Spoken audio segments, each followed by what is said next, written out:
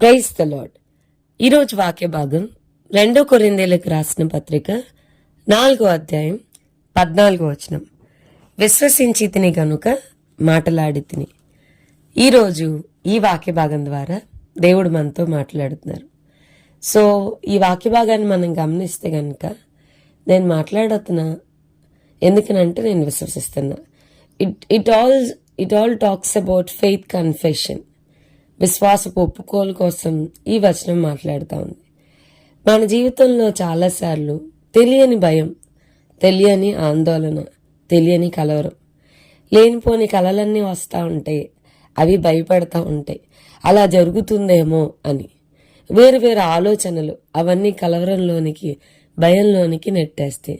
సైతాన్ గాడు తంత్రగొట్టి కదండి, చాలా విషయాలు భయపడతా ఉంటాడు. ఇలా జరుగుతుందేమో, అలా నీ బిడ్డలు పాపం చేస్తారేమో, చాలా విషయాలు మనల్ని సైతాన్ గాడు చాలా ఆందోళన, చాలా భయము. ఈ మధ్యకాలంలో కూడా ఒక అక్క నాకు ఫోన్ చేస్తూ చెప్తా ఉన్నారు, అసలు ఈ పరిస్థితిని ఎలా డీల్ చేయాలి, వేరు వేరు ఆలోచనలు వస్తున్నాయి, ఎలా డీల్ చేయాలి అని అడుగుతా ఉన్నారు.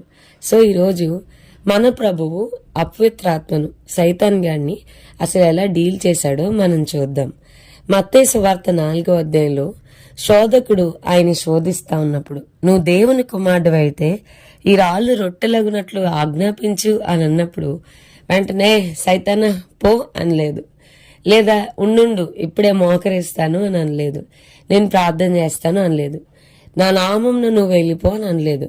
మరి ఎలా ఈ అపవిత్రాత్మని డీల్ చేశారని అంటే ఆయన ఇమీడియట్ గా చెప్తున్నారు, మనుష్యుడు రొట్టె వలన మాత్రం కాదు గాని దేవుని నోట నుండి వచ్చు ప్రతి మాట వలన జీవించును అని వ్రాయబడి ఉన్నది. ఇట్ ఈస్ రిటర్న్ అన్నారు.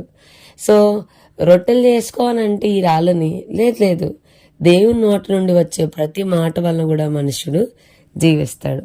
తర్వాత ఇదిగో నువ్వు దేవుని కుమారుడు అయితే క్రిందికి దూకు అని అంటే ఆయన అంటారు, ఆయన నిన్ను గూర్చి తన దూతలకు ఆజ్ఞాపించును, నీ పాదం ఎప్పుడైనాను రాతికి తగలకుండా వారు నేను చేతులతో ఎత్తి పట్టుకొందరు అని వ్రాయబడి ఉన్నది. ఇట్ ఈస్ రిటర్న్ అని వ్రాయబడి ఉన్నది.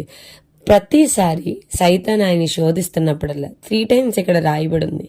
శోధించిన ప్రతిసారి ఆయన ఇట్ ఈస్ రిటర్న్ అలాగ రాయబడి ఉంది అని సైతాన్ గాడికి చెప్తున్న ప్రతిసారి వాణ్ణి జయించినట్టుగా, సైతాన్ గాడు ఆయన్ని వదిలి వెళ్ళిపోయినట్టుగా వాక్యం చెప్తా ఉంది. సో నేనేం చెప్తున్నానంటే, విశ్వాసపు ఒప్పుకోలు అనే దానికి బైబిల్ చాలా ఎక్కువ విలువనిచ్చింది. యేసు ప్రభువని హృదయమందు విశ్వసించి నోటితో ఒప్పుకుంటే రక్షించబడతాం. విశ్వసిస్తే సరిపోదు, you have to confess it with your mouth. So అపవిత్రాత్మను లేదా అపవాదిని ఎదిరించడి అని వాక్యం చెప్తుంది. ఎలా ఎదిరించాలి? ఎలా ఎదిరిస్తే మనం సైతాన్ గాడి కార్యాలని జయించగలుగుతాం? అపవాది గాడి శోధనని మనం ఓవర్కమ్ అవుతామని ఆలోచిస్తున్నారా అండి? మనం ఊరికే నోడతాయా, నేను చెప్తున్నా నువ్వు పో అంటే కొంచెం కష్టం, ప్రార్థన చేస్తున్నా కాదు. విశ్వాస ఒప్పుకోలు, ఫెయిత్ కన్ఫెషన్ కి బైబిల్లో చాలా ఎక్కువ విలువనిచ్చింది. ఫర్ ఎగ్జాంపుల్, ఏదన్నా భయాన్ని మనకు కలగజేస్తుంటే, విపరీతమైన భయము, ఆందోళన కలుగుతూ ఉంటే వెంటనే కీర్తనలు 34:4 నాకు కలిగిన భయములన్నిటిలో నుండి యెహోవా నన్ను విడిపించును అని పలకండి. ధైర్యంతో మీతో మీరే మాట్లాడుకోండి. తర్వాత నీ పిల్లలు ఎవరన్నా పాపం చేస్తున్నారేమో అన్న ఆందోళన, కలవరంలో సైతాన్ గారిని నేను తీసుకుని వెళ్తే అప్పుడు మీరు పలకొచ్చు బైబిల్లోని వచనాలు తీసి. ఏమనంటే, యెహోవా తన భక్తుల ప్రవర్తనను కాయును. సో నీకు కలిగిన భయానికి, సైతాన్ గడి నీకు పెడుతున్న ఆందోళన అన్నిటికీ పరిష్కారం బైబిల్. దానికి రిలేటెడ్గా ఉన్న వచనాలన్నీ ఎత్తిపట్టి విశ్వాసపు ఒప్పుకోలు చేస్తే చాలు, మన అపవాదిని ఎదిరించగలుగుతాం. అనారోగ్యం వస్తుందేమంటే అతడు పొందిన దెబ్బల చేత మనకు స్వస్థత. సో ఫెయిత్ కన్ఫెషన్, విశ్వాస ఒప్పుకోలు. ఇప్పుడు ఏదన్నా సైతాన్ గడి ఇలా చేసేస్తాడేమో, అలా చేసేస్తాడంటే నువ్వు మాట్లాడొచ్చు, నా జీవము ఆయన చేతుల్లో భద్రంగా దాచిపడి ఉన్నదని నువ్వు పలకొచ్చు. కదండి. అపవాది యొక్క బలమంతటి మీద ఆయన మనకి అధికారం ఇచ్చాడని వాక్యం చెప్తుంది. అలాగే సమాధానకర్తయగు దేవుడు మీ విరోధి అయిన సాతాను మీ పాదముల కింద శీఘ్రముగా చిరగదొక్కించునుగాక అని బైబిల్ పలుకుతుంది, బైబిల్ చెప్తుంది. సో మనం కలవరము ఆందోళన కలుగుతున్నప్పుడు, అసలు నిద్ర పట్టలేనంతగా, కొన్నిసార్లు పిచ్చివాళ్ళం అయిపోయేలాగా సైతాన్ గడు నెలల పాటు మనల్ని స్ట్రగుల్ చేసేస్తూ ఉంటాడు. కొంతమందికి కలలు, కొంతమందికి ఆలోచనలు, కొంతమందికి స్వరము వేరువేరుగా మిస్లీడ్ చేస్తూ ఉంటాడు. అప్పుడు వెంటనే మన విశ్వాసపు ఒప్పుకోలు చేస్తే చాలు, సైతాన్ గడు మనల్ని వదిలి వెళ్ళిపోతాడు. నేను కూడా అనుభవంతో చెప్తా ఉన్నా, విశ్వాసపు ఒప్పుకోలు చేద్దాం.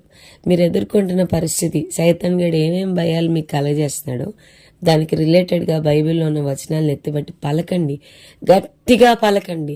విశ్వసించుచున్నాను గనక మాట్లాడుచున్నాను. గట్టిగా బీ లౌడ్. నీ ప్రాణంతో, నీ సోల్తో నువ్వు మాట్లాడుకో. లేదు డాక్టర్ రిపోర్ట్ ఇలా వచ్చింది, అమ్మమ్మో చచ్చిపోతామంటే కాదు, వాట్ బైబిల్ సేజ్ దాన్ని నోటితో ఒప్పుకో. బైబిల్ ఏం చెప్తుందో దాన్ని పలుకు. పరిస్థితులు ఏమంటున్నాయి, మనుషులు ఏమంటున్నారు, వాటిని బట్టి కృంగిపోకుండా, సైతాన్ గాడు కొన్నిసార్లు మానవ స్వరాన్ని బట్టి, మనుషుల మాటలను బట్టి మనల్ని కృంగదీస్తూ ఉంటాడు, పరిస్థితులను బట్టి కృంగదీస్తూ ఉంటాడు. విశ్వాసపు ఒప్పుకోల్చే లేదు, బైబిల్ ఇలా చెప్తుంది, నా దేవుడు ఇలా చెప్తున్నాడు అనండి చాలు. ఎక్కడ లేనంత ధైర్యం వస్తుంది, సైతాన్ గాన్ని మనం జయించగలుగుతాం. సో దేవుడు అలాంటి ఉన్నతమైన కృప మనందరికీ దయచేయను గాక. ఆమేన్. ప్రార్థన చేసుకుందాం. ప్రభా, ఈరోజు వాక్య భాగం ద్వారా మీరు మా ప్రియులైన వారందరితో మాట్లాడినందుకు వందనాలు. ఈ దినమంతా వారు చేస్తున్న ప్రతి పనిలో తోడుకోండి, ఆశీర్వదించమని యేసునామమున అడిగి వేడుకొంచున్నాం తండ్రి. ఆమేన్. God bless you and have a blessed day.